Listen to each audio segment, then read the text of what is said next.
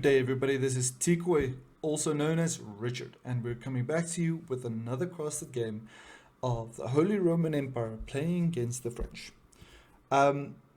When we started this game, I just lost a game with 120,000 gold and food in a team game. You know, that's probably double or triple what most factions can produce in that same time because we had a really nice economic boom. So in this game, I was like, okay, cool. If that's the case, let's try a more defensive playstyle and see how that works. And we'll also show you kind of a build order play here. You can see the scout always control 1. I like control 2 on my town center, so whenever you're on a different side of the map, you can just double tap 2 or 1 and jump between those two buildings. So you pick up the scouts, the few sheep in the immediate vicinity, you train your first Imperial official, and then you, with that Imperial official active, you bring your sheep back, just, you know, in the immediate vicinity of your base, just a little loop around. You can see already that's 5 sheep. That's more than enough to assist you with scouting out the rest of the map and not running out of food. So a bit of mistake there, to actually right click on the food so that flag becomes blue, so that this villager doesn't have idle time like he has right now. That's unfortunate, but we're going to scout out the map, trying to find, you know, exactly where and what's going on. And you can see that idle villager going now to build the house. So the right thing to do right now, right, you can see we have a gold here, but we also have gold all the way down here. So your first few villagers, this is completely wrong. I was scared, and this has happened to me before. When you're playing the Holy Roman Empire against the French, it is sometimes quite difficult to get a very comfortable economic lead if you don't have some form of defense going. So I was like, okay, cool, let's go find sheep. We do have enough food. We'll invest more into the wood line here, so we can get up to the mill and we can get up to the food supply that we need. But we do have all of these villagers queued up, so it's not necessarily a bad thing to have less villagers on food and more on the wood to actually just stabilize your economy. I send over the prelate just to buff up these villagers again, and then I'll bring it back. And you can see the scout just getting information on the map. We can see there's a relic right here, there's another relic right here, and then we'll just scout out enough of the map so we can see where their resources are. Most of the time there's two sides. The one side will have significant forestry, like what you can see right here, and the other side would be more rocks and stones, stone and gold. Usually it's split half. One is more gold and stone, where the other one has more forests. But in this specific version, you can see it's a pretty even split. So he's going for a standard French diagome. He's going for a standard French start. Very heavy on the gold, not necessarily good. If the perfect French start would be to have 6 villagers on the sheep, and then you trickle in more villagers onto the gold, 2-3 villagers, and at that time when they reach 200 gold, you'll reach 400 food immediately without any wood production. You get a very quick feudal age, and that can be used to train your Imperial or your Royal Knights, and you can rush the enemy with those Royal Knights and apply early pressure. That's the right way to play the French. If you're curious about the French, check out our videos. We have about 22 videos on build orders, early rushing, all the different factions, team games, water maps, exactly how to play the French, and we're trying to do the same with the Holy Roman Empire. So as you can see now, we have that wood production. We have another 8 villagers now on food very comfortably. The 4 on the gold. We have enough gold. We see there's no early age up coming from the French players. So we're very comfortable with what's going on right now. So from our side now, you can see we found another relic down here. We know there's 2 down on the northeast side of the map. One on the north side of the map. We'll probably find the others shortly, but very rarely you'll find them on your own island. But yeah, so I'm quite nervous about the French, so I'm training these early spearmen just in case we get rushed by the horseman. But he does not go for a second age, and I didn't want to start training units once he reaches that because then you might just be underprepared. So we went for the wood. This is more than enough for an early game to have 4 or 5 villagers on the wood, and my Imperial official is now buffing up my food production. And now you have to decide where you want to place your first landmark. Now your first landmark is your Archon Chapel or your Mainzwerk Palace. Now I sent over the wood production units, dropped off the wood, and then built it with 3 units. If we compare that to the enemy, I don't think. Yeah, he also started with his a little bit sooner than I did because we have the gold that we needed from the prelate, right? So he's getting his school of cavalry up, very standard start for a French player. And we have the Archon Chapel as close as possible to this wood line, so we can actually get the inspiration of all of this wood, not just the first few trees. And it's going to inspire our villagers to have the food production right here. And once we get our mill down here, we'll be able to kind of include the berries as well, especially when they just enter the zone, dropping off the berries. You can place the mill 1 tile back, so your villagers actually enter that ring of the Archon Chapel, so you can get that inspiration. So just keep in mind the ring is very important. It would have probably been a good call to put it down like right here, because then you would have had all of this wood, like almost half of this wood line, plus the gold inspiration, and very easy to transition with all the space into food. But right now I'm quite nervous. We went forward for the forward mill right here to start getting onto the hunt, because the sheep was not that much on this game. You can see there's actually 3 relics. I wonder if we actually scouted it out. We did not scout out this relic right here, but we know there's 2 on this side and 2 here at the bottom. So the goal for me now is, we see we are level 2. I have the food, I have the wood. I'm like, okay, cool. If we want to stop this English player, we want to make sure that we have some form of defense happening, because I remember we failed. You can see even on his side, his points was more than mine because he actually had a earlier feudal age than I did, very standard for the French. But now we have our Imperial official buffing up the food here at the back, and these villagers are also moving forward to the food. And I'm going forward with my scout here, actually mismanaging my scout, not scouting out. It's very good to keep your scout moving and just jumping between the units like this. I'm not sure what I was focusing on so much. I actually moved all of my food villagers forward, and I think they're gonna probably go for, yeah, stone. There we go. So I sent forward 7 villagers. Is it 7? 7 villagers onto the stone, because I was like, okay, cool. If we close off right here and right here, that would allow us to avoid any early rush, and that's exactly what he's trying to do. You can see the Royal Knight plus the archers. Really nice tactic, double archery range plus spearmen. Barracks archery range and the School of Cavalry. So he's definitely planning on rushing, and we scout out these bays just to get as much information as possible on what's happening right now. He's trying to deny it by attacking the scout. If I was going to turn back there, I probably would have died, but just be wary when you enter the enemy territory with your scout.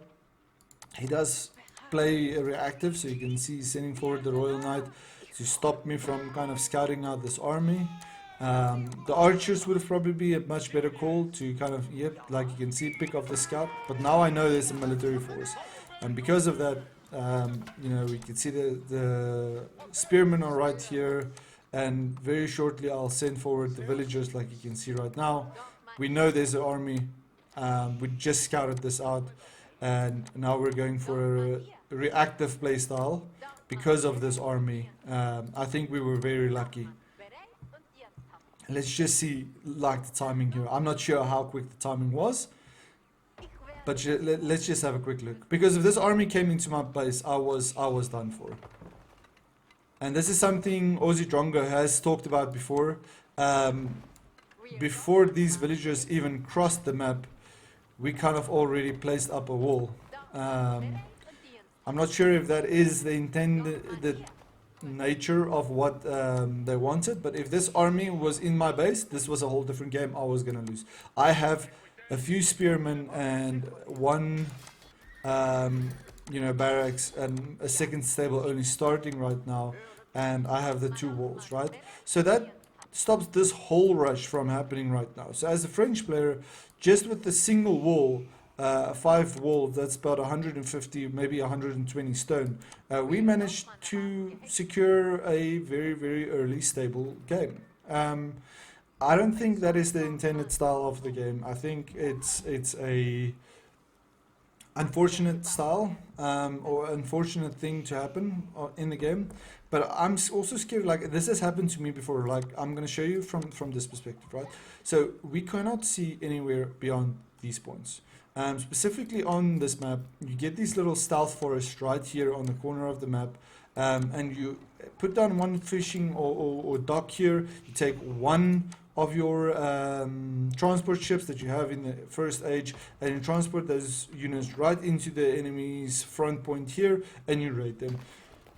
It's happened to me numerous times where this happens, so I'm like, okay, cool. If we're gonna play our game and play the way we want, let's play as defensive as possible. We have this very heavy stone investment plus the prelate, buffing up these units to get as much stone in as possible.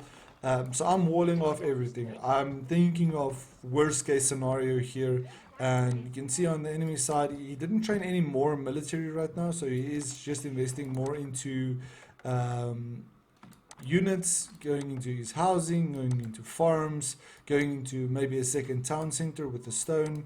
I'm not sure why he already split the gold up like this, but that's fine.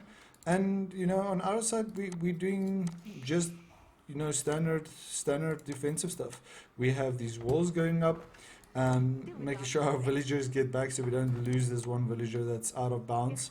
But a nice thing, if you're struggling to build the walls, right, put down a gate, and then what will happen is your villager will actually go on top of the gate, on top of the wall, and build one by one as he moves forward. So it's not like, especially like this, you'll see once this villager is going to put down a gate here, he'll be able to close this off because he's going to go till here, build this wall, go forward, build the walls. So just take note of that.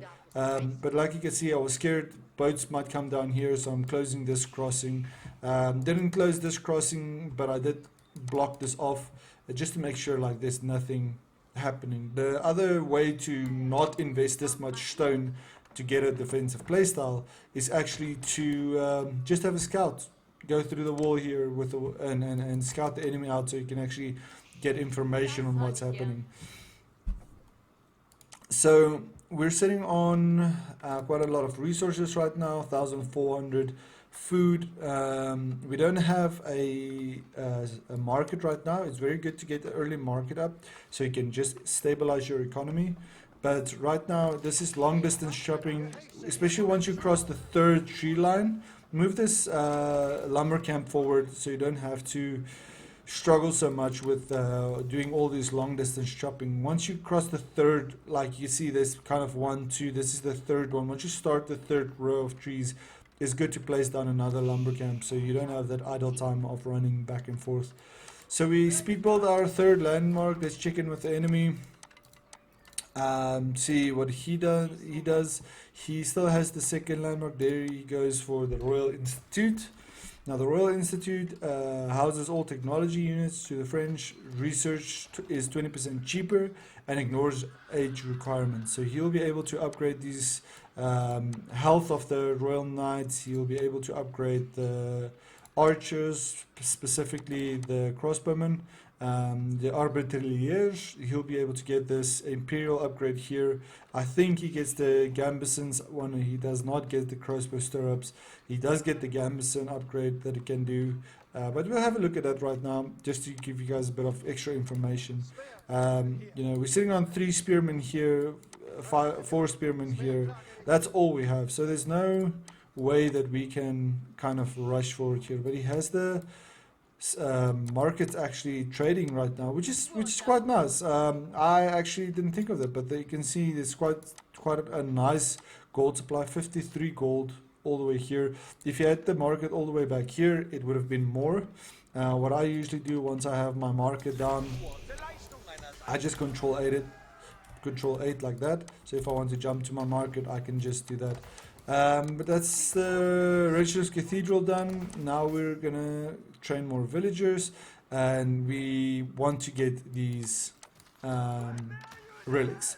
Now the way the Holy Roman Empire works, with these Ritualist Cathedral, any relics placed within the Ritualist Cathedral generates 200 gold every minute and holds 3 relics. So we get more stone production up. The stone is almost down, so I'm like, okay, cool. Let's just get the stone completed, and we have extra gold. We transitioning into wood here. You know, just heavy on the other resources rather than wood, because we don't necessarily need wood right now. You can see the wall is down all the way right here.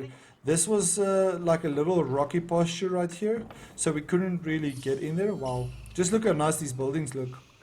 Look at the detail of these walls. Even the cobblestones on top of the wall is just really impressive.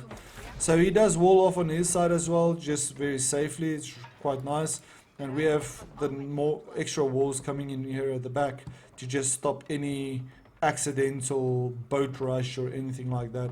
We just wanted to play very safe. So he has these caravans trading with the market right here. It's quite nice because the French get extra trading from their traders, and they can trade other resources as well. They don't necessarily just have to trade gold. They can trade any additional resource. So they will bring back food, wood, stone, or gold. You can choose which one you want. So we get that first relic right here, second one right here. We actually went for this one right here. So we have 2 relics on our way back. We're actually training up a fourth prelate now. So you can see some idle villagers just not managing my base very well, guys. I think that's the thing that you can focus on the most when you're playing these different things. Like, look at this prelate. That prelate should have dropped off this relic, and I didn't do it, so now it's just idle time, right? I'm losing all of that gold, 200 gold per minute that I'm losing right there. He actually put up a stone wall tower right here. They will get very annoying this game. I'll show you guys. Just closing the resources here, but they will not siege down this gate very quickly. You can see it's about, I think it's 10 damage per shot. Yeah, 10 damage per shot, so that's gonna take a while to get down. It's not impossible, but if it's not gonna be a threat very early on, right? No more.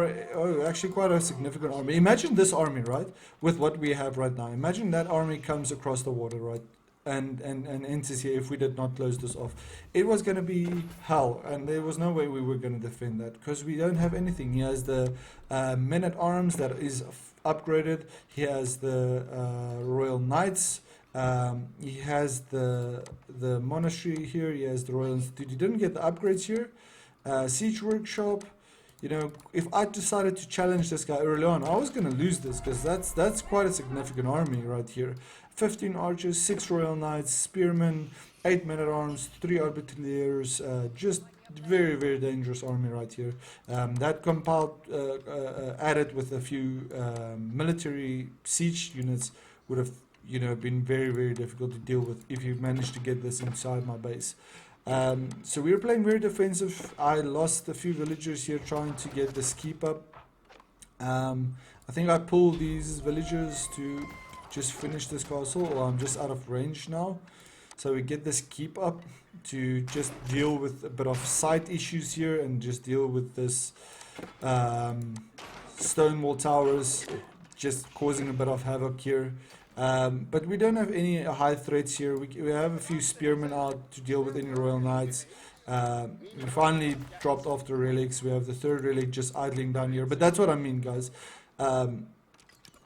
I think the best thing to do is to get comfortable with jumping between different parts of your base. And I scroll still, and I see a lot of other people would use keybinds. Like if this was 8, this was 2, town center was 3, the keep was 5. You know, you can change them on a whim and just jump in between your units. Even a prelate, like if you want to drop this off, you can make the prelate 1. So I know exactly where that prelate is every time I want to get back to that side of the map. And you can see how much quicker I get the information that I need. You know, there's the town center. Am I producing units? Is my relics dropped off? Where's the prelate now? How's the keep doing? Is my villager, you know, building my landmark? So that's what I'm talking about. If you can get comfortable with those keybinds, you'll play much better in the long term. So we have a blacksmith now starting to get the military academy upgrades to train units faster. And personally, what I do like doing with the specifically with the Holy Roman Empire, I really enjoy their knights. I really enjoy the defensive playstyle and going for a knight rush. So I'll let this game play out so you guys can see exactly what I mean. I could have played a lot better here, but it is good to look at your games and re-watch them, or just watch videos like mine. I don't mind you guys watching. You can watch all my videos. I would really appreciate it. Just leave a like and subscribe if you do enjoy it. But yeah, it's just quite nice to see, like, you know, this simple thing, just using the spears inside here to get those extra arrows off. It does 1 damage per arrow because they have this 50 defense versus range, so you do very little damage with your keep against this. So we're getting the boiling oil, we're getting the cannon emplacement. There was another one, and reinforced defense. It's just to increase our defense here. We have the Palace of Swabia now, which acts as a town center, but it produces villagers at 75% the speed of normal production. So now you can see the counterweight trebuchets coming in, the siege, which is a little bit late, but it's still good that he is getting the siege out. Triple barracks here, you know, still growing that army of his. And he is walling off these sacred sites, walling off. So he's playing well, I must say. Like, watching back at this, this was kind of annoying me. But watching back this game, it is quite nice to see how safe and secure this guy was playing. Because any attempts on my side to come and contest this would have been met with disaster and losing this army. But because we have this heavy defense, it does leave a lot of room for error, and I think that's what I'm trying to get at. When you're playing the Holy Roman Empire, a defensive playstyle will allow you to get rid of any human errors or in-game errors as you're learning how to play the game. So you can see now the siege of the counterweight trebuchets. I don't have anything to deal with this. Look at that range. You know, not even a what do you call it? A Springald will be able to deal with that because it's just much too far out of range. So he's going for a red palace, which is a really nice upgrade or position for this red palace. If I had to move this way on the map, I was going to be met with disaster. So, you know, we're just trying to hold on to this keep, but it's a very heavy wood investment to repair these buildings. So I'm like, okay, cool. We have a bombard out now. We built the double siege workshop here, and you can see now the Palace of Swabia just massing up villagers. We're sitting on 105 units, which all is villagers. You see, I was even scared that there was a dock back here. I mean, this is just wrong. The amount of walls that I've built this game is just unbelievable. But yeah, just imagine that army, right? Right here, come forward to the side here, you breach this wall and you take a boat and you just cross this this little path right here. You just save so much effort to try and get through what's happening right here. But we have the bombard here. We did siege down the first Stonewall Tower. We're using the second bombard now to try and just get it in the right position here, so you can realize there is actually a line of sight, so you can get that shot off. There we go. But yeah, double bombard and trying to get the stables out now. We have not upgraded the Royal Knights But we do have those 3 relics in the bag right here that we picked up here. He does have the sacred side, so he does get a little bit of gold from that sacred side if he gets the Tith Barnes upgrade. Um, I don't think he gets any gold from that. I don't think he gets any gold from holding the sacred sides. It's just holding the sacred side. Um, yeah, I don't think so. But you can see he has quite a decent amount of gold per minute. But from the enemy side, he has 25 villagers on the gold. We are only on 14 villagers on gold, and we're equaling his gold per minute just because we have these 3 relics in the Resistance Cathedral. So really, really strong, worth 10 or 15 villagers alone just to have those relics. So just remember to keep doing that. We do start amassing a heavy army now, but you can see the scaling happening now. This is his army, a very strong, very balanced army to deal with. A very nice building as well. I must say, like, to have everything nice and tight right here, to go for a landmark snipe would be very difficult right now to get all your units through these choke points. And your spears and your, 3 mangonels right here, when your units are heavily stacked up here in these alleys, would be detrimental to deal with, and you'll probably lose those fights just with a few mangonels. But he is producing more trade units. He is trying to balance out his economy. And just having a nice little army, not going too high into a population cap. You can just check it out. He's sitting on 145. But right now, just with that little bit of defense, we have 25 elite knights that are getting fully upgraded. They are stronger than his royal knights already. Plus the bombards, and his Red Palace is up. So he's sieging down all of these units now with these little trebuchets. Just these 2 counterweight trebuchets. Look how much pressure that's applying to this forward base of mine. I didn't put a wall down, so I couldn't really go through here, but I was like, okay, cool. I'm not gonna go this way because I don't know how much expansion has happened this side. I know he has this sacred site right here, and he has the second sacred site right here, so he can go for a sacred site victory if I don't move my bum, So right now, it's a very high chance that he's going to win the game because he's controlling the sacred sites. He has the castle forward right here, and I'm like, okay, cool. I'm going to bother with this. I know I have a gate right here. I know I can expand to this gold and stone back here. It's not contested because I can see there's counterweight trebuchets and stuff happening here, so I don't want to challenge this. So I'm just getting a little bit of vision if I can to see what's happening right now. But now we have the keep up here to kind of defend this forward gold, and that's 37 villagers on gold. I'm running a little bit low on an income per minute scale. You can see on the food side we're really nice and high because we have this influence of the Arkan Chapel. So my food production is quite nice, 1,800 per minute. The gold is only starting to pick up now because we have this extra 37 villagers on gold. You'll see how quickly that this is going to pick up per minute. There we go. Just surpassed them, 1,900, almost 2,000 gold per minute, almost 2,000 food per minute. Very heavy wood investment still happening right here, and right here. We're sitting on 36 villagers on wood, 45 on food, 37 on gold. I want to encourage you guys to try and increase your villagers in these long games to around 100. Or even 120 if it's not too much of a hassle to fight, because right now you can see this forward army right here that's defending the sacred side. He has the Red Palace and the trebuchets trying to get the more stonewall towers up to defend this sacred side.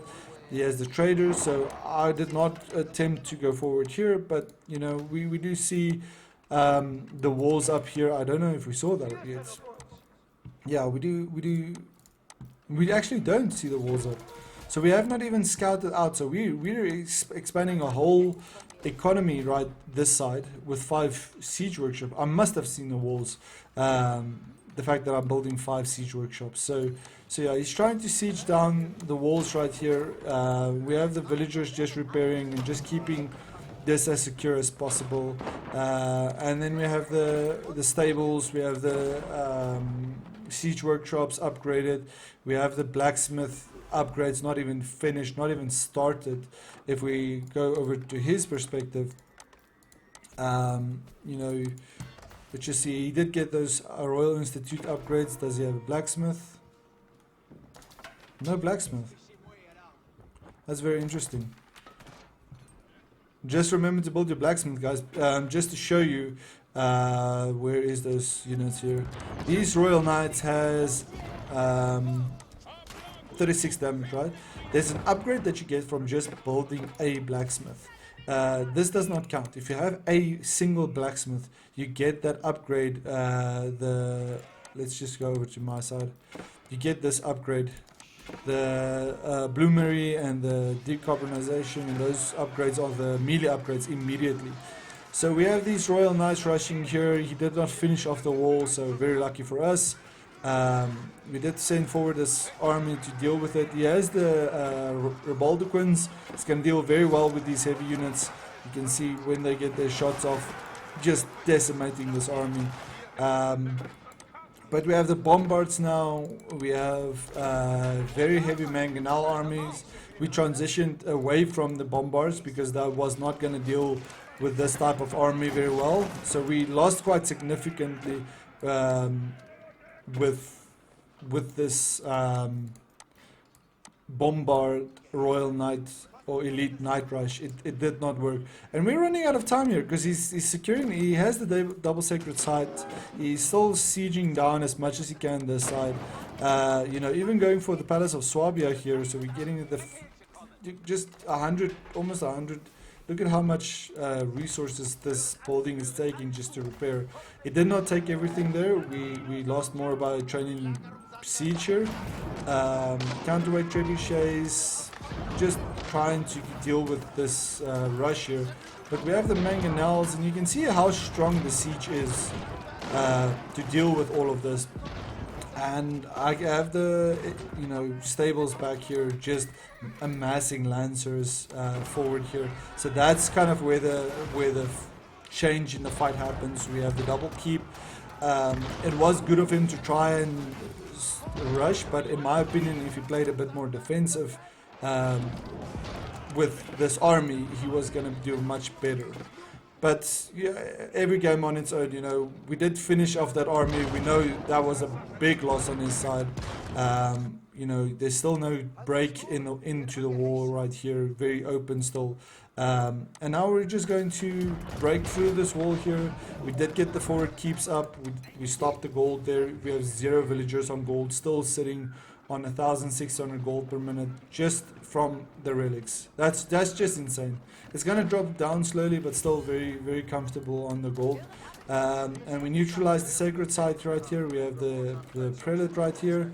And we're sitting on 4 mangonels with 4 bombards and the 1 culverin, which is the long range siege unit to just deal with any of his siege. And yeah, that's just stopping the sacred site victory. If there was more defense on the sacred sites, it was going to be a whole different game. But because we played defensive, because we had all these walls up and able to transition and play the game that we wanted to play, it is much easier to control this game. You know, he has all these military productions happening, but you know, with the early pressure that he did have, he did not use it, unfortunately. So we're inside here. We have the forward keep now. We're securing the sacred site. The sacred site, I don't think give the Holy Roman Empire any extra gold. It does, 16 gold. It does give you extra gold per minute. Okay, cool. I didn't know that. And then the enemy taps out. But yeah, very nice game of power play. I think if you guys look at this game to show you that how defensive playstyles actually does make a difference for the Holy Roman Empire, it is really nice to just remember that this is a really strong defensive faction, and late game they are formidable because of their economy lead. But thank you very much for watching. Let's just quickly have a look at the overview here on that specific match. There we go. Statistic wise, income, economy, there we go. We did 10,000 more food, about 12, 13,000 more wood, 2,000 more stone, and almost 8,500 more gold. So you can see how big of an economic lead we got just because we played a little bit slower. Our military production only started basically at the end of the game. But thank you very much for watching, guys. Please do leave a like and subscribe, and if you enjoyed the content, there's a lot more coming. We have a nice little scout rush tactic coming forward that I'll show you guys today as well, or within the week. But just keep an eye on the channel. We're posting a lot more content coming, and thank